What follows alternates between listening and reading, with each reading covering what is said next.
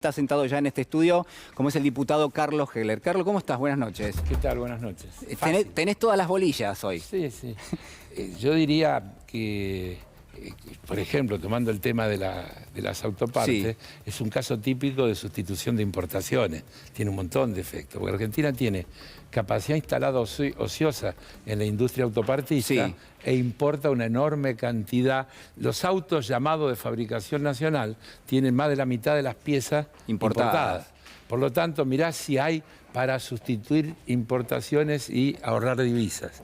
También podríamos pensar, aún en algunas cosas como alimentos, Sí. que un país productor de alimentos como la Argentina, que por ejemplo tiene recurrentes crisis en la industria láctea, ¿qué necesidad tiene la Argentina de importar productos lácteos?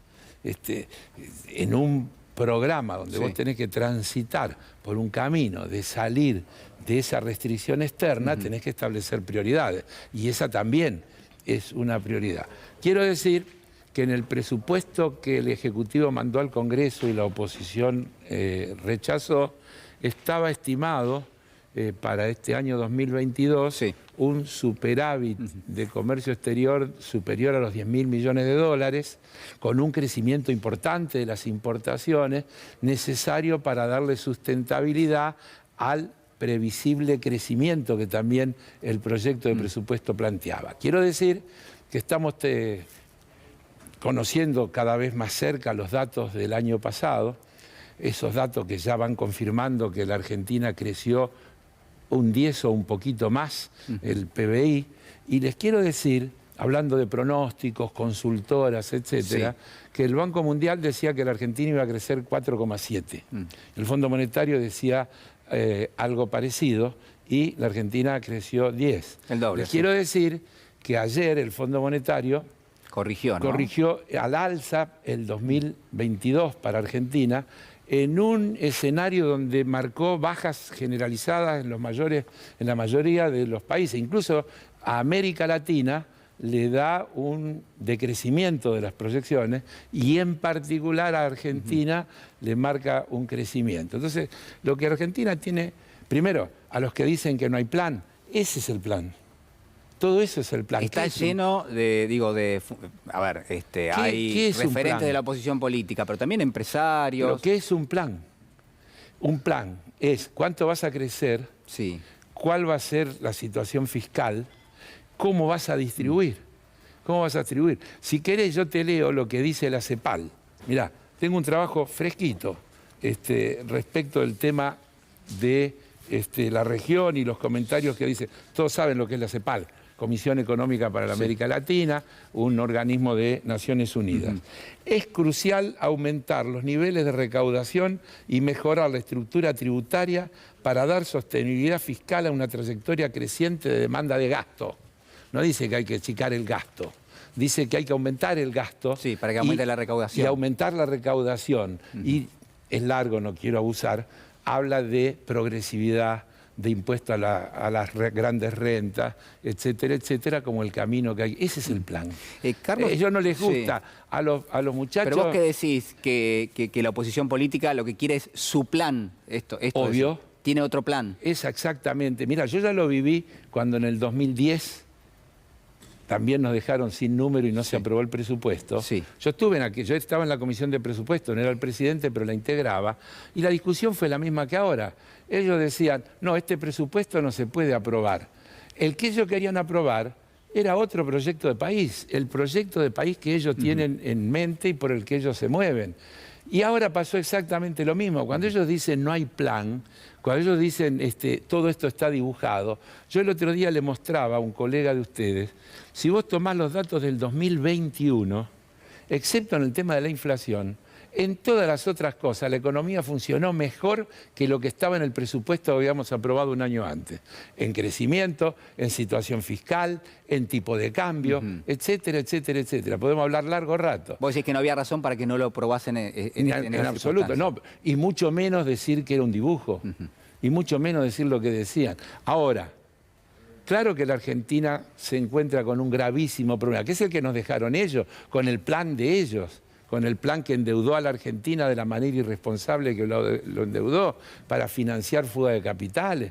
El fondo, los 45.000 millones que le prestó el fondo a la Argentina, la mitad atendieron otras deudas que no son deudas del gobierno de Cristina, que no tomó ninguna deuda. Ninguna deuda. En todo caso, durante el gobierno de Néstor y Cristina, lo que se hizo fue las 2 renegociaciones de la deuda que había dejado la Alianza, el menemismo y todo lo anterior en los procesos de endeudamiento anteriores. Y fueron las 2 negociaciones en las que se logró acordar con el 93% de los acreedores. Y hoy estamos en la misma situación. Cada vez que asume un gobierno de perfil popular, tiene primero que arreglar los balurdos, los balurdos que le dejan los supuestamente organizados y planificadores, que por otro lado, para que la gente entienda, miren, el déficit fiscal es la diferencia entre ingresos y gastos. Y eso se arregla con deuda, con emisión, con aumento de la recaudación o con ajuste. Y ellos son hinchas del ajuste y por eso todas las otras variables no les gustan. Dicen en cada vez que se da la oportunidad que no van a aprobar jamás una ley que signifique crear un impuesto o cambiar una alícuota hacia arriba. No, pero Carlos, además, me parece que hay algo ahí, uno a veces tiene ganas de decir, bueno, estudien economía, ¿no? Porque uno puede tener un déficit, que eso genere un impulso en la actividad económica, vos terminás recaudando más y después lo pagás, Lo hace la propia Unión, en el acuerdo de la Unión Europea, está previsto que hasta un determinado monto el déficit puede ser una herramienta para el desarrollo. Pero, digamos, vos te podés plantear el equilibrio fiscal. Durante la gestión de Néstor Kirchner se logró el equilibrio y se logró el superávit, pero no se lo logró ajustando, se lo logró creciendo, se lo logró aumentando los ingresos. Y eso es lo que ahora nuevamente se está intentando hacer y creo que vamos a hacer.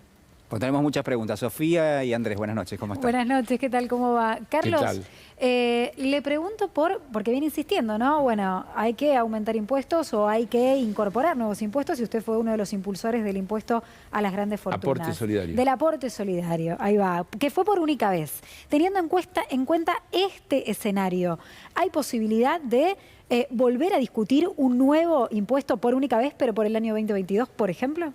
No están los planes, no creo. No están los planes. No. Nosotros hemos modificado, para entender nuestra política, en la discusión de bienes personales, ¿qué se hizo? Se subió el mínimo no imponible, tanto para los bienes en general como para inmuebles de uso familiar, lo cual significó que 500.000 de personas o dejó de pagar o tuvo un significativo alivio en lo que pagaba. Eso tenía un costo de cercano a los 40.000 millones de pesos. ¿Cómo se compensó? Subiendo la alícuota, un 0,25 para los que tienen riqueza declarada entre 100 y 300 millones y un 0,50 para los que tienen más de 300 millones. Con solo ese toquecito de 0,25 y 0,50 se compensó aliviarle a 500.000 de personas la carga tributaria. Entonces no se trata de aumentar la carga tributaria, sino cambiar la progresividad de la carga tributaria. Distribuirla mejor, decís vos. Así es. ¿Andrés?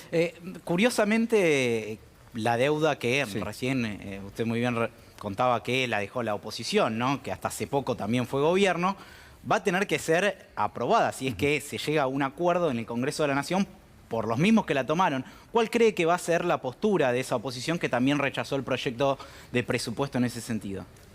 A ver, yo no hago futurología, pero sí sé mirar al pasado y tengo memoria.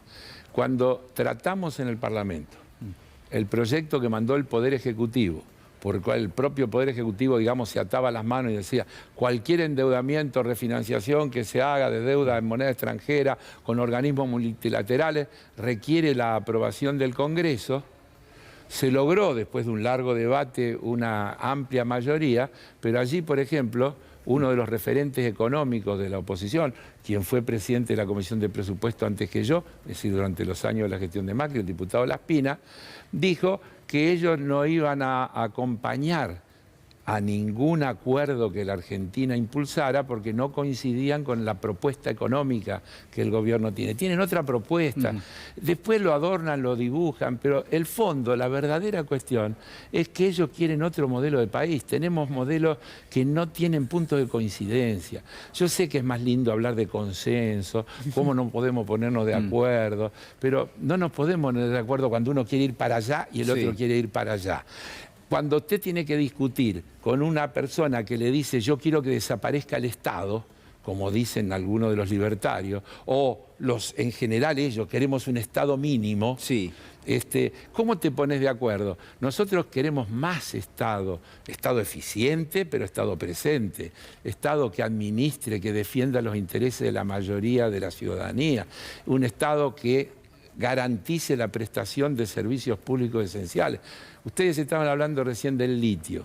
Hoy hay una formidable posibilidad de crear por ahí un ente de los países de la región. El litio está concentrado en Bolivia, Chile y la Argentina. Y hoy podríamos empezar a soñar, ¿por qué no?, en una corporación que no quiere decir que no haya capitales privados que participen, pero sí con una fuerte presencia reguladora del Estado, de manera de que no seamos un país extractivista, sino un país donde se utilice la ventaja de tener ese elemento para agregándole valor, generar acá la producción de batería, etcétera, etcétera. De eso se trata en cada una de las cosas, eso es lo que tenemos que hacer.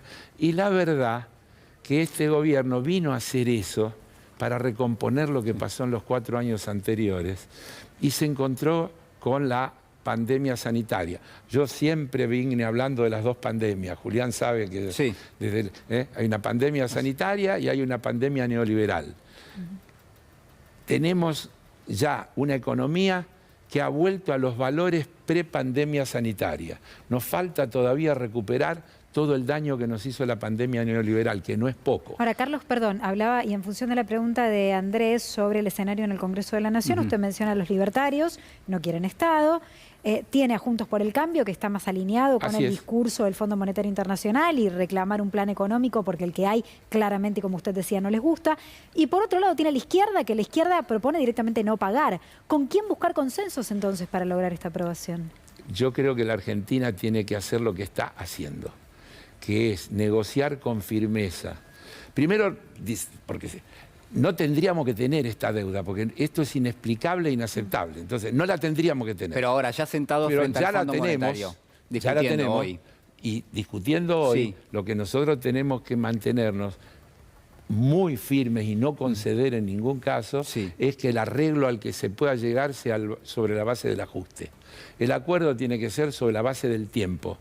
El gobierno argentino fijó una posición todo el tiempo. Nosotros queremos pagar, pero pagar creciendo primero. Que se parece a los muertos no pagan, que dijo en su momento Néstor Kirchner. Es la misma consigna. La Argentina va a poder pagar con esfuerzo si tiene tiempo para volcar todos los recursos que puede volcar con sus capacidades productivas a incentivar ese crecimiento con políticas además de distribución que sean generadoras de mayor consumo local, con el compra argentino, con la sustitución de importaciones. Todo eso es el plan, todo ese es el plan. Y en ese plan, y con un periodo de gracia, porque la Argentina está negociando casi un tecnicismo. El Fondo Monetario tiene 2 tipos de crédito. El stand-by, que es el que nos dieron, aquí hay que pagar en 2 años, como una locura, un disparate. ¿Quién puede pensar que se podía pagar ese crédito? Y el de facilidades ampliadas, que es de 10 años. 10 años. Bien, tampoco 10 años alcanza. Pero el de facilidades ampliadas tiene la posibilidad de un periodo de gracia que nos llevaría a que los primeros pagos habría que hacerlo por allá por el 2025. Entonces tendríamos una posibilidad cierta de volcar todos esos recursos, crecer primero, a un crecimiento para después ver. Y tal vez tengamos que seguir discutiendo porque esos 10 años no alcance, porque es muy grande la deuda. Porque además no nos olvidemos que está los 100.000 millones de deuda con los privados, Claro, eso también hay que que se pagarlo. renegociaron, Claro.